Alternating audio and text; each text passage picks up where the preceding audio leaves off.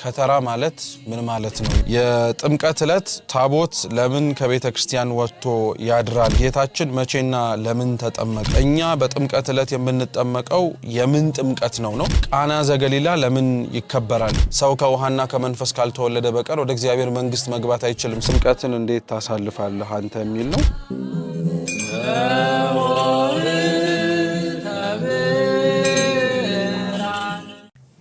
በስመ አብ ወወልድ ወመንፈስ ቅዱስ አሐዱ አምላክ አሜን።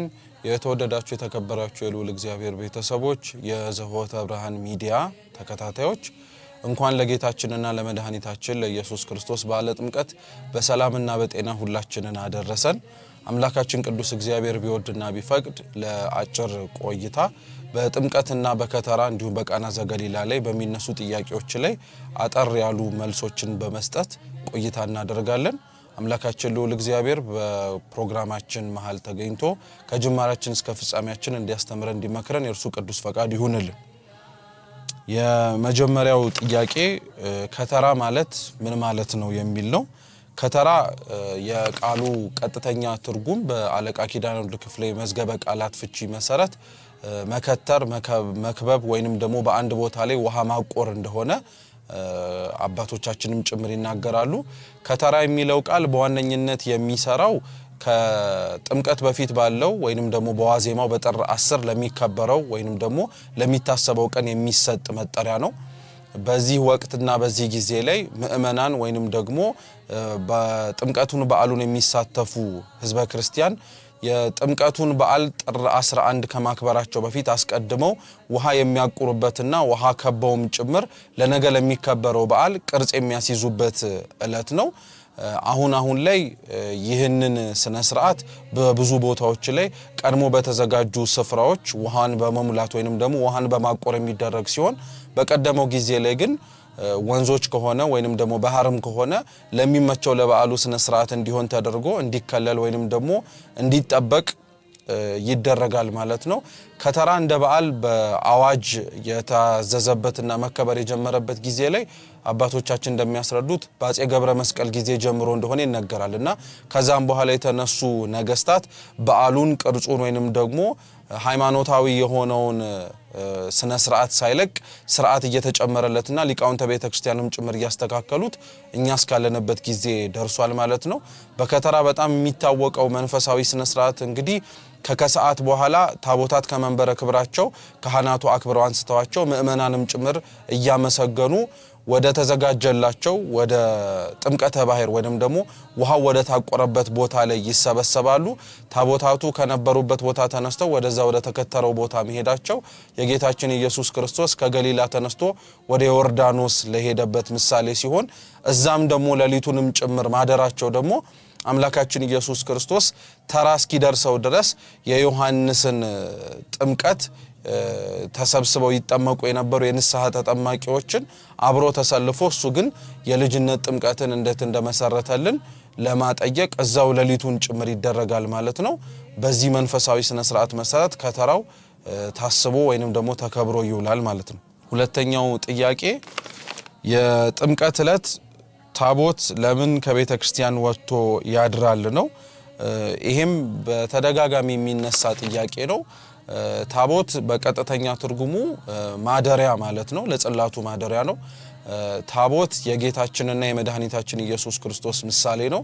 በጥምቀትም ጊዜ ላይ ታቦታት ከመንበረ ክብራቸው ተነስተው ወርደው የሚያድሩበት ወይንም ደግሞ በተዘጋጀላቸው ስፍራ ላይ በሜዳዎች ላይ የሚያድሩበት ምክንያት እንዳልኩት ታቦቱ የጌታችን ኢየሱስ ክርስቶስ ምሳሌ እንደመሆኑ ጌታችን ኢየሱስ ክርስቶስም የሚጠመቅበት ዘመን በደረሰና በቀረበ ጊዜ ላይ ዮሐንስ ካለበት ቦታ ላይ በጣም ብዙ ምእመናን ይሰፍሩ ወይንም ደግሞ ይሰበሰቡ ነበር። ስለዚህ ክርስቶስ ራሱ ሰው እንደመሆኑና መምህረ ትሕትና እንደመሆኑ አምላክ ነኝ ብሎ እንደ ስልጣኑ ሌሎቹን ሳያከብርና ሌሎቹንም ጭምር ገፍቶ ከፊት ለፊት ሳይሆን የተሰለፈው እንደማንኛውም ሰው ተራውን ጠብቆ በደረሰው ጊዜ ላይ ስለሆነ የተጠጋው በዚህ ጊዜ ላይ ምእመናን ያንን ማሰብ እንዲችሉ ቤተክርስቲያን ይሄን ስርዓት ሰርታ ታቦታቱ ከመንበረ ክብራቸው ይወጡና በተዘጋጀላቸው የከተራ ስፍራ ላይ ድንኳን ውስጥ እንዲያርፉ ወይንም ደግሞ እንዲቀመጡ ይደረጋል። ያም ክርስቶስ ከገሊላ ተነስቶ ወደ ዮርዳኖስ ለማረፉና ለመቀመጡ ምሳሌ ሆኖ ያገለግላል ማለት ነው። ምእመናንም ከቤተ መቅደስ ተነስተው አብረው ያጀቡ ወይንም ደግሞ ያመሰገኑ ሄደው ታቦቱ ባረፈበት በከተራ ድንኳኑ አካባቢ ላይ እነሱም እንዲቀመጡና አብረው በዓሉን ከጌታችን ከኢየሱስ ክርስቶስ ጋር ማክበር እንዲችሉ ቤተክርስቲያናችን ሥርዓት ሰርታለች ማለት ነው። ሶስተኛው ጥያቄ ጌታችን መቼና ለምን ተጠመቀ ነው። ጌታችን ኢየሱስ ክርስቶስ ወንጌል እንደሚለን ከሆነ የማቴዎስ ወንጌል ምዕራፍ 3 የተጠመቀው በ30 ዘመኑ ነው ወይንም ደግሞ በ30 ዓመቱ ነው። ይህም የሆነበት ምክንያት አምላካችን ልዑል እግዚአብሔር የመጀመሪያዎቹን ፍጥረታት የሆኑትን አዳምንና ሔዋንን በሚፈጥርበት ጊዜ ላይ የፈጠራቸው አዳምን እንደ 30 ዓመት ጎልማሳ አድርጎ ሔዋንንም እንደ 15 ዓመት ልጃገረድ አድርጎ ነው እና በዚህ በ30 ዓመቱ ላይ ነው አዳም ብዙም ሳይቆይ የገነትን ጣዕምን ሳያጣጥምም ጭምር ወደ ምድረ ፋይድ ወይንም ደግሞ እኛ ወዳለንበት ምድር ተጥሎ የወደቀው። ስለዚህ ጌታችን ኢየሱስ ክርስቶስ አዳም ልጅነቱን ባጣበት በ30 ዘመኑ እሱም ልጅነቱን ሊያሰጠው ምክንያት ለመሆን በማሰብ ጌታችን ኢየሱስ ክርስቶስ በ30 ዓመቱ በዮሐንስ እጅ ሊጠመቅ ወርዷል ማለት ነው። መቼና ሁለተኛው ጥያቄ ደግሞ ለምን ተጠመቀ ነው። ጌታችን ኢየሱስ ክርስቶስ የተጠመቀባቸው ምክንያቶች አሉ። የመጀመሪያው አዳምን ያጣውን ልጅነት ለማሰጠት ነው። ሁለተኛው ደግሞ ለኛም ልጅነትንም ለመስጠት ነው። እንግዲህ ጥምቀት ቤተክርስቲያናችን ውስጥ ያለው መንፈሳዊ ምክንያቶች መካከል ምእመናን እንዲፈጽሙት የመጀመሪያ ተደርጎ የሚጠቀሰው የዮሐንስ ወንጌል ምዕራፍ 3ም ላይ ክርስቶስ የተናገረውን ምክንያት ነው። ሰው ከውሃና ከመንፈስ ካልተወለደ በቀር ወደ እግዚአብሔር መንግስት መግባት አይችልም ስለሚል ወደ እግዚአብሔር መንግስት ለመግባትም ጭምር እኛ የሚያስፈልገን የመጀመሪያው ምስጢር ጥምቀት ስለሆነ ለኛም ልጅነትን እንድናገኝበት ወደ መንግስተ ሰማያትም መግቢያ በር እንዲሆነን ጌታችን ኢየሱስ ክርስቶስ ጥምቀትን መስርቶልናል። ሶስተኛው አዳምና ሔዋን ከስህተታቸው ወይንም ደግሞ ከወደቁ በኋላ ዲያብሎስ የባርነት ደብዳቤን አጽፏቸው ነበርና ያንን የባርነት ደብዳቤን አንዱን በባሕረ ዮርዳኖስ ሁለተኛውን ደግሞ በሲኦል ውስጥ አስቀምጦት ነበርና ጌታችን ኢየሱስ ክርስቶስ ወደ ባህሩ ገብቶ በሚጠመቅበት ጊዜ ላይ በመለኮታዊ ስልጣኑና ኃይሉ ያንን አዳምና ሔዋን የጻፉትን ወይንም ደግሞ የፈረሙትን የዕዳ ደብዳቤያቸውን ሊያጠፋላቸውና ሊደመስስላቸው እንደሆነም ቤተክርስቲያናችን ትናገራለች። አራተኛው ጌታችን ኢየሱስ ክርስቶስ ለምን ተጠመቀ ተብሎ ሲነገር ደግሞ ቤተክርስቲያናችን የምትሰጠው መልስ ደግሞ ለትህትና ነው። ጌታችን ኢየሱስ ክርስቶስ የተጠመቀበት ምክንያት እኛ ሊኖረን የሚያስፈልገውን ግን በሰይጣን ምክር ያጣነውን ትህትና እሱ ደግሞ እንዴት በትህትና መኖር እንዳለብንና በትህትናም ጭምር እንዴት መመላለስ እንዳለብን ለማጠየቅ ጌታችን ኢየሱስ ክርስቶስ ይህንን ጥምቀት መስርቶልናል። አምስተኛው ጌታችን ኢየሱስ ክርስቶስ የተጠመቀበት ምክንያት አንድነቱንና ሶስትነቱን ለመግለጥ ነው። እንግዲህ በሚስጥረ ሥላሴ ትምህርት ቤተክርስቲያናችን እንደምታስተምረን ጌታችን ኢየሱስ ክርስቶስ ከሶስቱ አካላት አንዱ ነው። በተጠመቀበት ጊዜ ላይ ሶስትነታቸውን በጉልህና በግልጽ ተመልክተናል። እግዚአብሔር አብ የባህሪ አባቱ ማለት ነው በደመና ሆኖ ምስክርነትን ሲሰጥ፣ ወልድ በባህሩ መካከል ሆኖ ሲጠመቅ፣ መንፈስ ቅዱስ ደግሞ በርግብ አምሳል ሆኖ ሲገለጥ ማለት ነው። ስለዚህ በእነዚህና በሌሎችም ብዙ ምክንያቶች ጌታችን ኢየሱስ ክርስቶስ ተጠምቋል ማለት ነው። ሌላኛው ጥያቄ እኛ በጥምቀት ዕለት የምንጠመቀው የምን ጥምቀት ነው? ይሄ ብዙ ጊዜ ላይ የሚነሳ ጥያቄ ነው። ሲጀመር ክርስቲያኖች በ40ና በ80 ቀን ከተጠመቀን በኋላ ሁለተኛና ሶስተኛ ጥምቀት የምንጠመቀው ጥምቀት አይኖረን። ጥምቀት አንዲት ጊዜ እንደሆነች ቅዱስ ጳውሎስም በመልእክቱ ስለተናገረ ቤተክርስቲያናችንም ያንንም ስለምታስተምር፣ ነገር ግን ብዙ ጊዜ ላይ ከቃላት አገላለጽና ከቃላት አጠቃቀማችን የተነሳ ስለሆነ ነው እንጂ ጥምቀት አንዲት ጊዜ ነው። ከዛ በኋላ የምናደርጋቸው ምንም በውሃ የመባረክን ወይም በተባረከ ውሃ የመረጨትን መንፈሳዊ ስነ ስርዓቶችን መጸበል ብለን ነው የምንጠቅሰውም ጭምር። ስለዚህ በጥምቀት ጊዜ ላይ በተባረከው ወይንም ደግሞ ተከትሮ ጸሎት ተደርጎበት በሚረጨው ጸበል ላይ በረከትን ለመቀበል ከበዓሉ ረድኤት በረከትን ለመሳተፍ የጌታችን ኢየሱስ ክርስቶስ የተጠመቀበትን ያንን ዕለትንም ጭምር በረከት ለመካፈል የምናደርገው ነው እንጂ እንደ አዲስ ክርስትና እየተነሳን በ40ና በ80 ይቅርታ እንደምንጠመቀው ያለ አይነት ጥምቀት እንዳልሆነ ሁላችንም ማወቅ አለብን። ስለዚህ የምንጠመቀው ጥምቀት የበረከት ወይንም ደግሞ ከበዓሉ ያለውን ረድኤት በረከትን ለመካፈል የምናደርገው መንፈሳዊ ስነ ስርዓት ነው እንጂ እንደ አዲስ በ40ና በ80 ቀን የምንነሳው የክርስትና ጥምቀት አይደለም ማለት ነው። ቀጣዩ ጥያቄ ቃና ዘገሊላ ለምን ይከበራል የሚል ነው። ቃና ዘገሊላ እንግዲህ ከጥር 11 በኋላ ጥር 12 የምናከብረው በዓል ነው። ቃና ዘገሊላ ምንም እንኳን ጥር 12 የውሃን በዓል ከውሃ በዓል ጋር መገናኘት አለበት ብለው አባቶቻችን በስርዓት ሰርተው አዘጋጁት እንጂ ጥንተ በዓሉ ተብሎ የሚጠቀሰው የካቲት 23 ነው። ጌታችን መድኃኒታችን ኢየሱስ ክርስቶስም የዮሐንስ ወንጌል ምዕራፍ 2 ላይ በዶኪማስ የሰርግ ቤት ላይ እንደተገኘና ወይናቸው አልቆባቸው በሰው ሀፍረትን እንዳይከናነቡ ወይናቸው ባለቀበትና ምንም አይነት የወይንም እንጥፍጣፊ በታጣበት ጊዜ ላይ አዛዦቹን አዞ ውሃ እንዲሞሉበት ማድጋዎቹን እንዳደረገ ያንንም የተቀዳውንም ውሃም ወደ ወይንነት እንደለወጠው ቤተክርስቲያን አስባ የምታከብረው በዓል ነው። በእርግጥ በዓሉ ምንም እንኳን በሰርግ ቤት ክርስቶስ ውሃውን ወይን እንዳደረገው ታደርጎ የሚታሰብ ቢሆንም ፍጻሜው ግን ወይን ተብሎ ለሚጠራው ለጌታችን ለመድኃኒታችን ለኢየሱስ ክርስቶስ በመስቀል ላይ ለሚያፈስልን ለደሙ ምሳሌ ነውና በዚህ በዓል መታሰቢያነት በዓሉን እናከብራለን። ሁለተኛው የምልጃ በዓልም ነው። እመቤታችን ድንግል ማርያም የወይኑን ማለቅ ለጌታችን ለኢየሱስ ክርስቶስ የተናገረችበት ክርስቶስም ደግሞ የእርሷን ጥያቄ በመስማት ውሃውን ወደ ወይን የለወጠበት በዓል እንደሆነ በማሰብ ቤተክርስቲያናችን አብራ ይህንን በዓል ከውሃ ጋር የተገናኘ ስለሆነ በጥር 10 እና በጥር 11 የምናከብረው ጥር 12ንም በዚህ ጋር አድርጋ የቃና ዘገሊላን ክብረ በዓል እንድናከብር ቤተክርስቲያናችን ትናገራለች ማለት ነው። ዝርዝሩንና ሰፊውን የመጽሐፍ ቅዱስ ታሪክ ግን የዮሐንስ ወንጌል ምዕራፍ 2 ከቁጥር 1 እስከ 11 ባለው ላይ ገብተን ማንበብ ወይንም ደግሞ መመልከትም ጭምር ይቻላል። ቀጣዩ ጥያቄ ጌታችን መድኃኒታችን ኢየሱስ ክርስቶስን ማን አጠመቀው ምን ብሎ አጠመቀው የሚል ነው። ጌታችን ኢየሱስ ክርስቶስን ያጠመቀው የዘካርያስና የኤልሳቤጥ የቅዱሳኑ ልጅ ሆነው ዮሐንስ መጥምቅ ነው።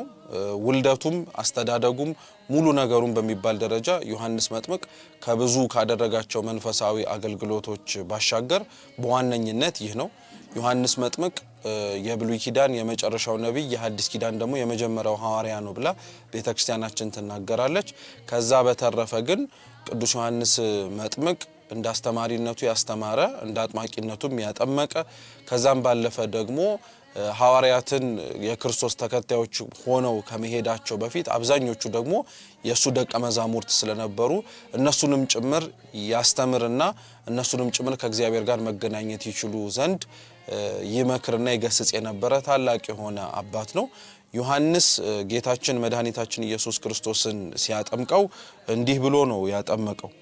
ወልዱ ለቡሩክ ከሳቴ ብርሃን ተሳሃለን እግዚኦ አንተ ካህኑ ለዓለም በከመሲመቱ ለመልከጼዴቅ። አቻ የሆነው የአማርኛ ትርጉም የቡሩክ አብ ልጅ ቡሩክ ወልድ ብርሃንን የምትገልጥ ይቅር በለን እንደ መልከጼዴቅ ክህነት አንተ ለዘላለም ካህን ነህ ይላል። ቅዱስ ዮሐንስ መጥምቅ ይህንን ምስክርነት እየሰጠ ወይንም ደግሞ ይህንን እያለ ጌታችን ኢየሱስ ክርስቶስን ብቻ ነው ያጠመቀው። ሌሎቹን የንስሐ ጥምቀት እንደመሆኑ ስርየተ ኃጢአትን ማግኘት እንዲችሉ ይቅርታንም ማግኘት እንዲችሉ እያደረገ ነበር ሲያጠምቅ የነበረው። የጌታችን ኢየሱስ ክርስቶስ ግን ጥምቀት የንስሐ ወይንም ደግሞ ክብር ይግባውና በደል ኃጢአት ኖሮበት ሊነጻ የመጣ ሳይሆን ለኛ ልጅነትን ሊሰጠን እንደመጣ ስለሆነ እንዲህ ያለን ያጠመቀው። በዋነኝነት ቅዱስ ዮሐንስ መጥምቅ ክርስቶስን ሲያጠምቀው በተናገራቸው ንግግሮች ላይ ሁለት መሰረታዊ ነገሮችን ማንሳት እንችላለን ባጭሩ እንኳን ቢሆን። የመጀመሪያው የክርስቶስን ብርሃንን ገላጭነትና ወልደ ማርያም ወይንም ደግሞ የእመቤታችን የድንግል ማርያም ልጇ ብቻ ሳይሆን ቡሩክ የሆነው ደግሞ የእግዚአብሔር አብም ልጅ እንደሆነ መስክሯል። ሁለተኛው ደግሞ ክህነትህ ወይንም ደግሞ ካህንነትህ እንደ መልከጼዴቅ ካህን ነው ብሎታል። መልከጼዴቅ ቅዱስ ጳውሎስ በዕብራውያን መልእክቱ ምዕራፍ 7 ላይ አንስቶ ከጌታችን ከኢየሱስ ክርስቶስ ጋር ክህነቱን እያነጻጸረ ያስተምርበት የነበረ በብሉይ ኪዳን ዘንድ የነበረ የተመሰገነ ጻድቅ ነው። የመልከጼዴቅ ክህነት ከክርስቶስ ክህነት ጋር የሚያመሳስለው ብዙ ነገር ቢኖርም እንደው አንዱን ለማንሳት ያክል የኦሪቱ ክህነት በዋነኝነት ይወርድና ይሰጥ የነበረው በተለይ ከአሮን በኋላ በዘር ነበር። ሌዋውያን የሆኑና በጾታም ወንድ የሆኑ ነበረ ይህንን ክህነት ሀብት ያገኙ የነበሩት። ነገር ግን በተለየ መልኩ የመልከጼዴቅ ክህነት አንደኛ ከሌዋውያን በፊት የነበረ ያለ ዘር የተሰጠ ክህነት ነው። ሁለተኛው የመልከጼዴቅ ክህነት በዘር ያልተሰጠ ብቻ ሳይሆን ከእግዚአብሔር ውጪ እገሌን የቀባው ወይንም ደግሞ በገሌ በኩል ያገኘው ተብሎም ጭምር የሚነገርለት አይደለምና የመልከጼዴቅ ክህነት ከእግዚአብሔር የሆነ እንደሆነ ሁሉ የክርስቶስም ክህነት የራሱ እንደሆነ የመልከጼዴቅ ክህነት በዘር የተወረሰ እንዳልሆነ ሁሉ ክርስቶስም ካህን መሆኑ ወይንም ደግሞ ክህነት አለው ብለን ስንናገር በዘር ያገኘው ሳይሆን የባህሪ ሀብት ወይንም ደግሞ ሌላውን የሚሰጥ የካህናት ሁሉ አለቃቸውና የክህነት ባለጸጋና መክሊት የርሱ እንደሆነ ለማጠየቅ ቅዱስ ዮሐንስ መጥምቅ ክርስቶስን ሲያጠምቀው ከብዙ በጥቂቱ እነዚህ ነገሮች ትኩረት ሰጥቶ ሁሉም ሰው እየተመለከተና ያያየ አጥምቆታል ማለት ነው። ወደ ቀጣዩ ጥያቄ ስናልፍ ለምን በ40ና በ80 ቀን እንጠመቃለን? ከዛ በኋላ ከምንጠመቀው ጥምቀት ጋርስ ምንድነው ልዩነቱ ነው? በ40ና በ80 ቀን ምእመናን የሆንን የክርስቲያን ልጆች በሙሉ የምንጠመቀው ጥምቀት የክርስትና ጥምቀት እየተባለ ነው የሚጠራው። ቅዱስ ጎርጎርዮስ ዘኑሲስ በቤተ ክርስቲያናችን ሥርዓት መሰረት ሲያስተምር ይህኛውን የክርስትና ጥምቀትን ከሌሎች ጥምቀቶች ወይንም ደግሞ በውሃ ውስጥ በመነከር ወይንም ደግሞ ውሃ ውስጥ በመግባት በመናደርጋቸው ሌሎች ስነ ስርዓቶች ጋር እንዳይምታታብን ለያይቶታል። ማለትም ጥምቀትን ለአምስት ከፍሎ ያስተምሯል። የመጀመሪያው ጥምቀት አይነት እንዳልኩት የክርስትና ጥምቀት ነው። በ40ና በ80 ቀን አዳምና ሔዋን ተፈጥረው ወደ ገነት በገቡባቸው ዕለት ታሳቢ በማድረግ ገነት ተብላ በመትጠራው ወደ ቤተ ክርስቲያን ለመግባት ወንዶች በ40 ሴቶች በ80 ቀን የምንጠመቀው የልጅነት ጥምቀት ነው። ይሄ ጥምቀት የመጀመሪያ ነው፣ አይደገምምም ጭምር። ሰው ከሃይማኖት እንኳን ወጥቶ ቢመለስ የንስሐ ጥምቀት ይጠመቃል እንጂ ክርስትና እንደ አዲስ አይነሳም። አዳዲስ ለሚመጡ ወይንም ደግሞ ጥምቀትን ላልተጠመቁ ሰዎች ብቻ ነው ይሄ ከሃይማኖት ውጭ እንኳን ተመልሰው ቢመጡ የሚፈጸምላቸው።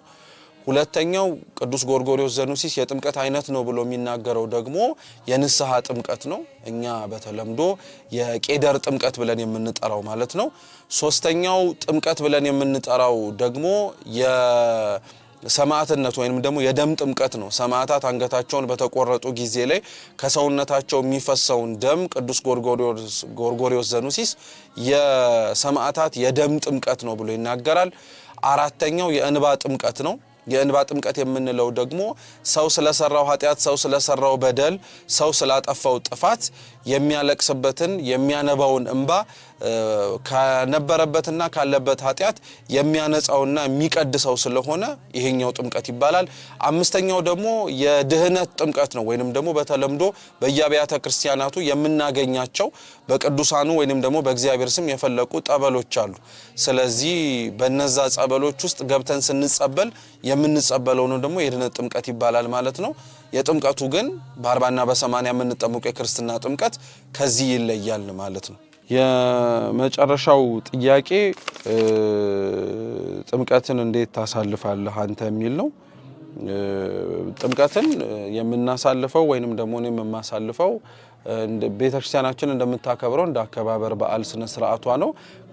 ከዋዜማ ወይንም ደግሞ ከከተራ በዓል ጀምሮ ከሚደረገው ሥርዓተ ቅዳሴ ጀምሮ ከዛ በኋላም ደግሞ ታቦታቱን አክብረው ከሚወጡት ካህናተ ቤተክርስቲያን ጋር ከምእመናን ከሰንበት ትምህርት ቤት መዘምራን ጋር አብሮ በማመስገን ታቦታቱንም ጭምር ወደ ተዘጋጀላቸው ስፍራ ሲያርፉ ደግሞ ሌሎችም አገልግሎቶች አሉ። ሰንበት ትምህርት ቤቶች ወይንም ደግሞ ዙሪያው ላይ ሊደረጉ የሚገባቸው እነዛን በማድረግ በበዓሉም ቀን በዝማሬ ታቦታቱን ወደ መጡበት ወደ መንበረ ክብራቸው በመመለስ በዓሉን ከሌሎች ወንድምና እህቶቻችን በሆህተ ብርሃን ቤተክርስቲያን ወይንም ደግሞ ሰንበት ትምህርት ቤት አብረን የምናሳልፍ ነው የሚሆነው።